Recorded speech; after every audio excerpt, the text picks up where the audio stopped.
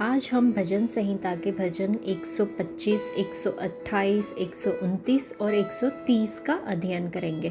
पहले हम 125 और 128 भजन को पढ़ेंगे। परमेश्वर के लोगों की सुरक्षा यात्रा का गीत दाऊद का। जो यहोवा पर भरोसा रखते हैं वे सिय्योन पर्वत के समान है, जो टलता नहीं वरन सदा बना रहता है। जिस प्रकार यरूशलेम के चारों ओर पहाड़ है, उसी प्रकार यहोवा अपनी प्रजा के चारों ओर अब से लेकर सर्वदा तक बना रहेगा। क्योंकि दुष्टों का राजदंड धर्मियों के भाग पर बना न रहेगा। ऐसा न हो कि धर्मी अपने हाथ कुटिल काम की ओर बढ़ाए। हे यहोवा, भलों का और सीधे मन वालों का भला कर, परंतु जो मूढ़ कर टेढ़े मार्गों में चलते हैं उनको यहोवा अनर्थकारियों के संग निकाल देगा। इस्राएल को शांति मिले। 128वें भजन में इस तरह से है कि परमेश्वर का भय मानने की आशीष यात्रा का गीत। क्या ही धन्य है हर एक जो यहोवा का भय मानता है और उसके मार्गों पर चलता है। तू अपनी कमाई को निश्चय खाने पाएगा। तू धन्य होगा और तेरा भला ही होगा। तेरे घर के भीतर तेरी स्त्री फलवंत दाखलता सी होगी।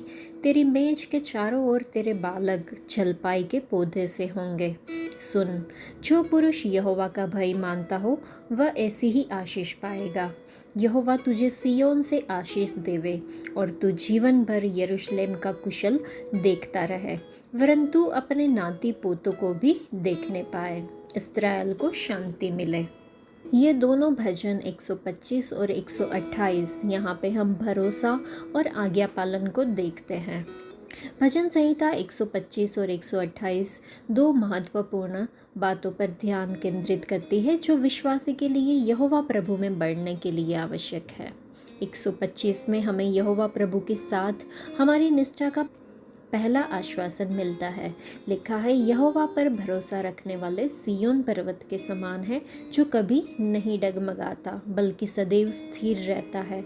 वे अपने विश्वास में धैर्य से दृढ़ रहेंगे और अपनी हर एक बातों में टिके रहेंगे।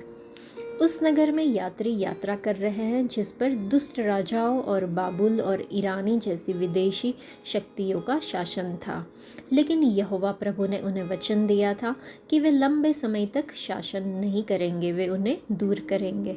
आज हम भी भ्रष्ट शासन के अधीन हैं, जहां रिश्वत की अपेक्षा है और अनैतिक व्यापारिक प्रथाएं प्रचलित है।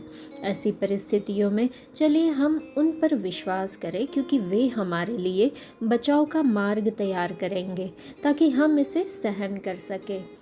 भजन संहिता 128 में हमें दूसरा आश्वासन मिलता है। लिखा है, जो यहोवा से डरते हैं और उसकी राहों पर चलते हैं वे धन्य हैं।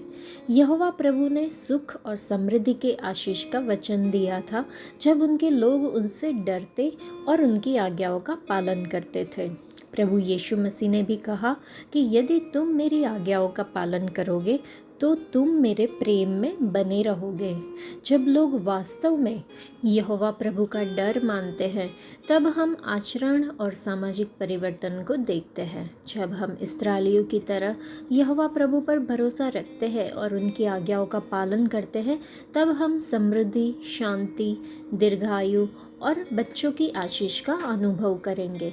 तो भरोसा रखें और आज्ञा माने, क्योंकि इसके अलावा कोई और मार्ग नहीं है। प्रभु यीशु मसीह में आनंदित रहने के लिए सिर्फ भरोसा रखना होगा और आज्ञाओं को मानना होगा। अब हम भजन 129 को पढ़ेंगे। शत्रुओं के पराजय के लिए प्रार्थना यात्रा का गीत। इस्राएल अब यह कहे, मेरे बचपन से लोग मुझे बार बार क्लेश देते आए हैं। मेरे बचपन से वे मुझको बार बार क्लेश देते तो आए हैं, परंतु मुझ पर प्रबल नहीं हुए। हलवाहों ने मेरी पीठ के ऊपर हल चलाया और लंबी लंबी रेखाएं की। यहोवा धर्मी है, उसने दुष्टों के फंदों को काट डाला है।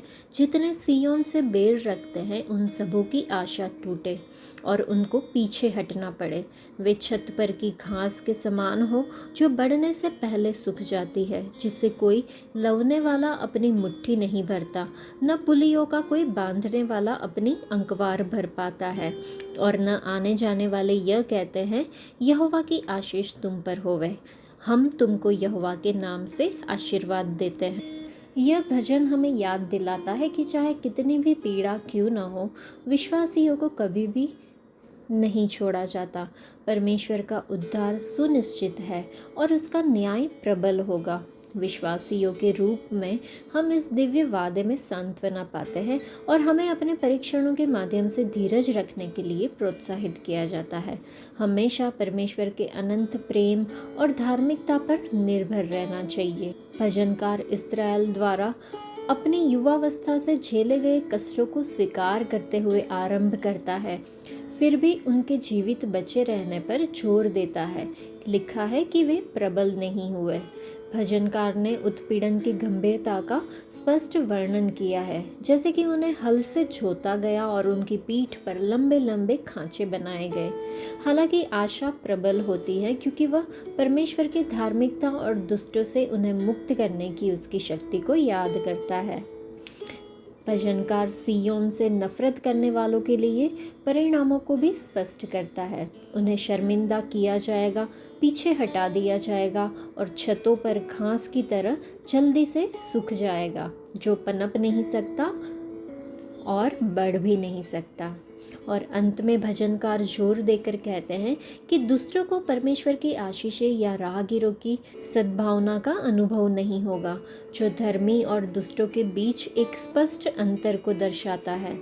यह भजन, जो आरोहण के गीतों का हिस्सा है, इस्राएल द्वारा सामना की गई विपत्तियों के लंबे इतिहास और परमेश्वर में उनके स्थायी विश्वास पर एक गहन प्रतिबिंब है। भजनकार ने बहुत ही खूबसूरती से लचीलेपन, परमेश्वर के न्याय और धर्मी लोगों की औचित्य की कहानी बुनी हुई है, जो दुख के बीच विश्वासियों को सांत्वना प्रदान करते हैं। अब हम भजन 130 को पढ़ेंगे। करुणामयी परमेश्वर, यात्रा का गीत। हे यहोवा, मैंने गहरे स्थानों में से तुझको पुकारा है। हे प्रभु, मेरी सुन, तेरे कान मेरे गिड़गिड़ाने की ओर ध्यान से लगे रहे। हे याह, यदि तू अधर्म के कामों का लेखा ले तो हे प्रभु, कौन खड़ा रह सकेगा? परंतु तू क्षमा करने वाला है, जिससे तेरा भय माना जाए।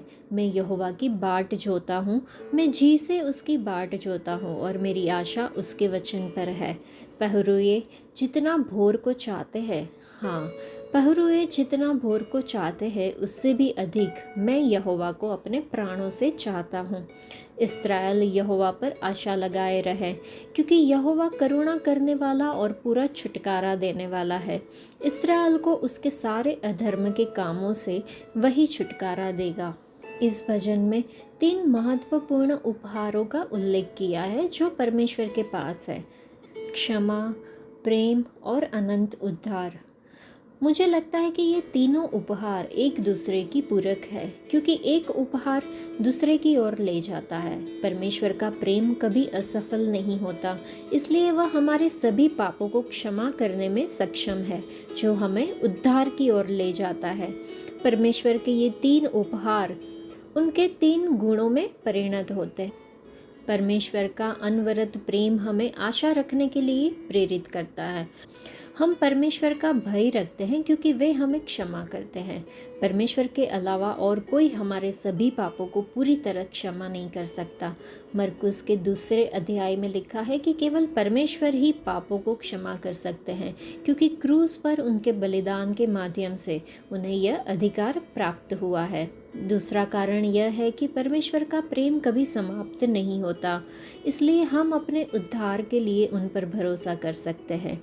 और तीसरी बात, उनका दिया हुआ उद्धार संपूर्ण है, क्योंकि वे हमें सभी प्रकार के पापों से मुक्त करते हैं। भजन संहिता 51 में लिखा है और रोमियो के 6 अध्याय में, दोनों में उन 3 प्रकार के पापों का उल्लेख है, जैसे कि उल्लंघन, अनैतिकता और अन्याय। सीखने के मुख्य बिंदु अगर हम देखें तो परमेश्वर हमें संपूर्ण क्षमा देते हैं, इसलिए उनसे भय रखना जरूरी है। परमेश्वर के अनंत प्रेम के कारण हमें उन पर आशा रखनी चाहिए और परमेश्वर हमें सभी प्रकार के पापों से पूरी तरह से मुक्त करते हैं। आज के लिए इतना ही। परमेश्वर आप सबको आशीष दे। धन्यवाद।